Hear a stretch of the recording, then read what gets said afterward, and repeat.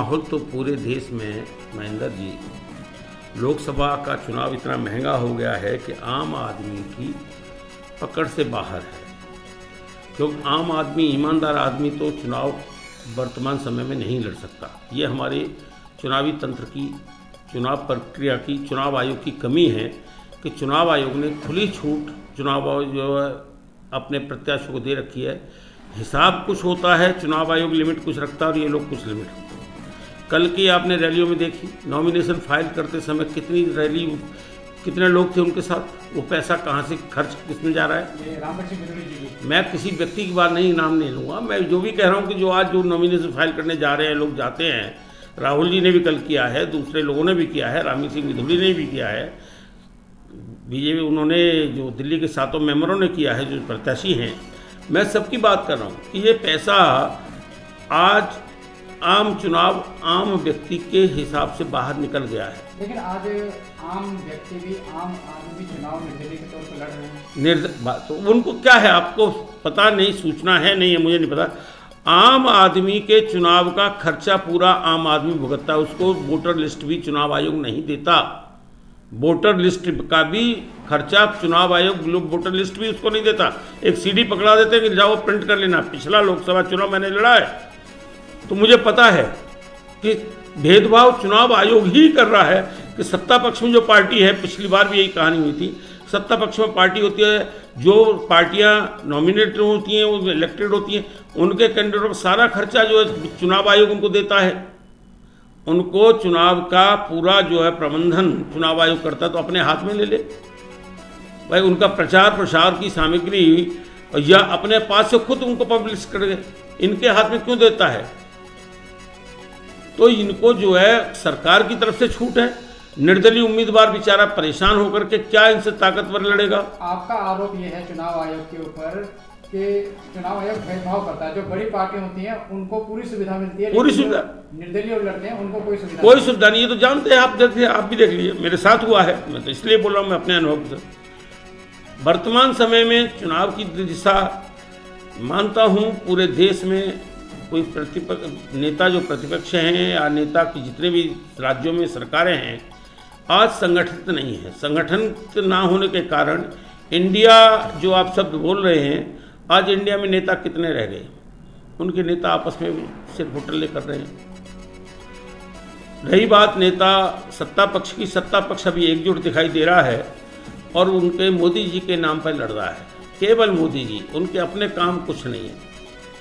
और मोदी जी ने भारत का विकास किया, मोदी जी के सांसदों का विकास हुआ, मोदी जी के विधायकों का विकास हुआ और मोदी जी के पार्षदों का विकास हुआ, जिसका एक प्रमाण कल मैंने देखा। मुझे बड़ी ताज्जुब हुआ कि हमारे भारतीय जनता पार्टी के नेता प्रतिपक्ष दिल्ली विधानसभा के, कल वो नॉमिनेशन फाइल करने गए तो डीएम के यहाँ उन्होंने चुनाव आयोग को जो शपथ पत्र दिया है, जिसमें उनकी आय 4 साल के अंदर 3 गुना से 4 गुना के बीच हो चुकी है। मैं ये जानना चाहता हूँ कि हमारे नेता प्रतिपक्ष का ऐसा कौन सा व्यवसाय है, कौन सी फैक्ट्री है, कौन सा काम करते हैं जिससे उनकी आय 4 गुना हो गई, जो चुनाव आयोग में दी गई है, जिसमें दैनिक जागरण ने आज बड़ी उनको छापा है और दैनिक जागरण के पेज पे वो है। इसका मतलब क्या कि अरविंद केजरीवाल जो सत्ता पक्ष में है, वो जेल के अंदर उन्होंने भ्रष्टाचार किया, उन पर साबित करो, अच्छी बात है। मनीष सिसोदिया सत्ता पक्ष में थे, उनको किया। सत्ता पक्ष के नेताओं की जांच हो रही है तो नेता प्रतिपक्ष की जांच क्यों ना हो? नेता प्रतिपक्ष की जांच होकर के पता लगाया जाए। नेता प्रतिपक्ष स्वयं शपथ पत्र दें, ये मेरा पैसा इस रास्ते से, मैंने व्यापार के रास्ते या दूसरे कार्य के रास्ते आया। ऐसा कौन सा व्यापार है जो वर्तमान समय में 5 सालों में किसी व्यापारी से पूछना आपकी आय कितनी जा रही है? इन नेताओं की आय क्यों इतनी बढ़ गई है? नेता कोई भी सांसद हैं, बहुत सांसद में बता दूंगा, पार्षद हैं भाजपा के जो हारे हैं, इसीलिए हारे हैं, तो उनकी आय के स्रोत कितना? तो सर उनके अन्य व्यवसाय भी हो सकते हैं और सबसे बड़ी बात यह है वो दिल्ली में नेता प्रतिपक्ष हैं, तो एक बड़ा रुतबा, एक बहुत बड़ा पद है, तो वहाँ से उनकी तनख्वाह वगैरह भी आती होगी। मैं क्या कह रहा हूँ, अपने सार्वजनिक करने में क्या जा रहा है, उनको सार्वजनिक करना चाहिए। मेरा जो है ये व्यवसाय से, इस व्यवसाय से ये पैसा आया। नेता प्रतिपक्ष है तो नेता प्रतिपक्ष में जो मिलता है वो ठीक है। क्या 4 गुनी आय कितना पैसा है? 4 गुनी आय, 3 गुनी आय, ताज्जुब होता है। हर साल बचत, वो भी क्लियर बचत, खर्चे छोड़ के। दूसरा, जैसे ही उनके साथ जो शामिल हुए हैं भारतीय जनता पार्टी में हमारे विधायक महोदय, पूर्व विधायक महोदय, उनकी आय की संपत्ति की जांच क्यों नहीं होती? हमारे क्षेत्र में जितने बुद्धिजीवी वर्ग हैं, अपने आप को बुद्धिजीवी वर्ग लिखता है, वो बताए ना क्षेत्र का विकास हुआ नहीं हुआ, लेकिन 4 सालों में विधायक का, नेता प्रतिपक्ष का विकास हुआ नहीं हुआ। उन्होंने स्वयं दिया है अपना विवरण, कहाँ मेरा विकास हुआ। इसलिए मुझे इस बात में नहीं कहा, यह है भारत का विकास हुआ हो ना हुआ हो, लेकिन भारतीय जनता पार्टी के नेताओं का विकास अवश्य हुआ है, वो सामने दिखाई दे रहा है और वो अपने शपथ पत्र में बताते हैं कि हमारा इतना विकास हुआ। हमारे देश क्षेत्र की सारी सरकारी जमीनों पर अवैध कब्जे हो गए, भूमाफियाओं के कब्जे हैं। अरबों रुपए की संपत्ति थी, सड़कें जो जमीनें थीं, आज उन पर किसके कब्जे, क्या छुड़ाया? आज आम आदमी के सुविधाओं का क्या हुआ? एक हॉस्पिटल नहीं बना क्षेत्र में, एक यूनिवर्सिटी नहीं बनी क्षेत्र में, महिलाओं के लिए, बच्चों के लिए, हमारे जो बच्चे पढ़ते हैं उनके लिए महाविद्यालय, विश्वविद्यालय कहाँ है यहाँ क्षेत्र में अपने में? अस्पताल एक अच्छा नहीं है, जिसका बेड बनाकर छोड़ दिया। रोड, आपको ताज्जुब होगा, कितने दिन से पुल चल रहा है, मीठापुर का पुल बनने जा रहा है, बताइए कितने दिन हो गए। आज शाम को, सुबह को कितनी जनता हाय तौबा करती है, मारामारी होती है, पुल निर्माण नहीं हुआ उसका। दिखाने के लिए, चुनाव सिर पे है इसलिए। ये आम जनता सब समझ रही है, सब जानती है, लेकिन क्या है, इन्होंने बाहर के लोगों को, पूर्वांचल के लोगों को जी साथ, ये उसको लेकर के साथ, क्षेत्र में आज पूर्ण रूप से, आप भी जानते हैं, मैं भी जानता हूं, माफियाओं का गुंडा राज चल रहा है।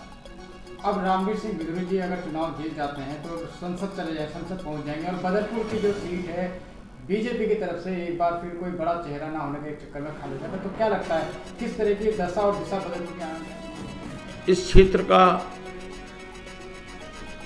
दिल्ली विधानसभा ही समाप्त हो रही है। लोकसभा के बाद आप देख लेना, लोकसभा का रिजल्ट आने के बाद दिल्ली विधानसभा ही सरकार भंग कर देगी। तो यहाँ विधायक, जैसे पहले स्थिति दिल्ली की केवल नगर निगम हुआ करता था, विधानसभा नहीं थी, वही स्थिति चुनाव के बाद दिल्ली की होनी है।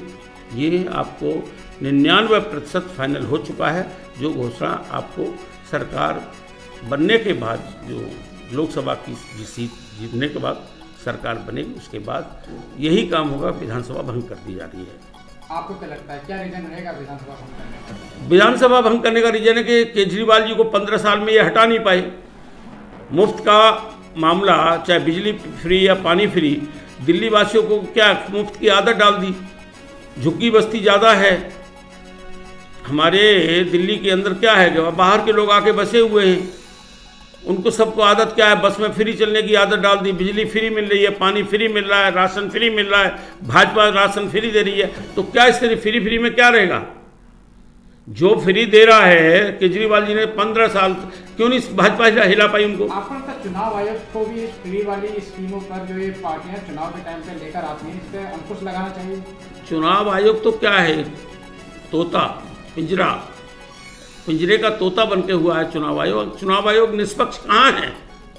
अगर जो हमारी एजेंसियां हैं निष्पक्ष होती, ये सरकार के बंदिश में बन करके काम कर रही हैं, चाहे कोई भी एजेंसी है, ये निष्पक्ष चुनाव कहाँ करा रही हैं? इसीलिए आज देश की संस्थाओं पर, देश की जो एजेंसियों पर सरकार का पूर्ण रूप से कब्जा है। सरकार के कहे अनुसार हमारी न्यायपालिका, हमारी कार्यपालिका, विधायिका, सभी लोग सरकार के इशारे पे चल रहे हैं। सरकार जिस तरह है उसको घुमाती है, जैसे जादूगर होता है, जादूगर चलाता है, जादू खिलाता है, इस तरह आज देश चल रहा है। मुझे अधिक नहीं कहना, लेकिन मैंने तो कल की बात देखी, कल का मैंने नमूना देखा कि जो ईमानदारी का चेहरा, ईमानदारी का ढोंग रचने वाले लोग, अगर इस तरह 4 गुना संपत्ति बढ़ेगी भाजपा के सांसदों की या किसी भी सांसद की, तो आज पिछली लोकसभा में सबसे ज़्यादा भ्रष्ट अपराधी प्रवृत्ति के लोग सांसद चुन के आए थे, ADR की रिपोर्ट है। इस बार भी वही लोग आ रहे हैं और सत्ता पक्ष में आ रहे हैं, तो ऐसे लोग संस्थाओं में पहुंचेंगे, लोकसभा में पहुंचेंगे, तो देश की स्थिति क्या रहेगी ये तो ईश्वर ऊपर वाला जानता है। वर्तमान परिस्थितियां आम आदमी से दूर हैं। आम आदमी आज आपने देखा उदासीन है। लोकसभा चुनाव में पोलिंग क्यों नहीं हो रही, वोटिंग क्यों नहीं हो रही पूर्ण रूप से? चुनाव आयोग चाहे तो अगर चुनाव को अनिवार्य कर दे, सभी वोटरों से अनिवार्यता लागू कर दे कि आपको वोट डालना है, हर हालत में डालना है, तो चुनाव आयोग नहीं कर सकता क्या? उसके अधिकार में नहीं है क्या? उसके अधिकार में है। भारत में जो रहेगा उसको चुनाव वोट डालना पड़ेगा, पोलिंग बूथ पे अपना मत उसको जाहिर करना पड़ेगा, चाहे नोटा में दे, चाहे पक्ष में दे, चाहे विपक्ष में दे। जिसको पसंद नहीं है तो उसको नोटा में दबाए, लेकिन वोट डाले तो वोट प्रतिशत बढ़ेगा। लेकिन आज जनता उदासीन है, जनता चुप बैठी है, वो नहीं जा रही, कहता ठीक है मैं विरोध भी नहीं कर, कोई सामने विरोध करे क्योंकि ताकतवर हैं लोग, सामने डर रहे हैं उनसे, तो वो नहीं कर रहे, विरोध नहीं कर रहे, लेकिन वो जा भी नहीं रहे, वोट भी नहीं डाल रहे। अपना विरोध वो वोट ना डाल करके प्रदर्शित कर रहे हैं और ये लोग कह रहे हैं हम जीत रहे हैं। तो अगर 45% चुनाव होता है, 62% चुनाव होता है, 54% चुनाव होता है, तो 46% लोगों ने जो वोट नहीं दिया उनका मत क्या रहा? ये 52%, 54% वोट पार्टियों में बट गए, तो एक पूरे देश का जो जनसंख्या है उसका 100 आदमियों की जनसंख्या पर अगर 54 वोटों में लोगों ने वोट डाला, 54%, वो वोट सब वो पार्टियों में बट गए, तो 46% वोट जो नहीं पड़े वो किसके पक्ष में गए? उसका कभी चर्चा की हम लोगों ने? चुनाव आयोग नहीं चाहता कि निष्पक्ष चुनाव हो। चुनाव आयोग कठपुतली बना हुआ है, इसीलिए चुनाव आयोग की स्थिति पर मैं नहीं कहूँगा कि जो वो कर रहे हैं वो ठीक करें, लेकिन चुनाव आज के समय में इतना महंगा हो गया है। अखिल भारतीय जनसंघ का यह भी एक मुद्दा है कि हम चुनाव को आम आदमी की पहुंच तक पहुंचाएंगे। हम इसको सरकार में दबाव बनाएंगे कि चुनाव आयोग पूरा खर्चा अपनी सरकार अपनी ओर से करे, प्रचार प्रसार प्रत्याशी का वो अपनी ओर से करे, जिससे चुनाव महंगा ना हो, चुनाव सस्ता हो।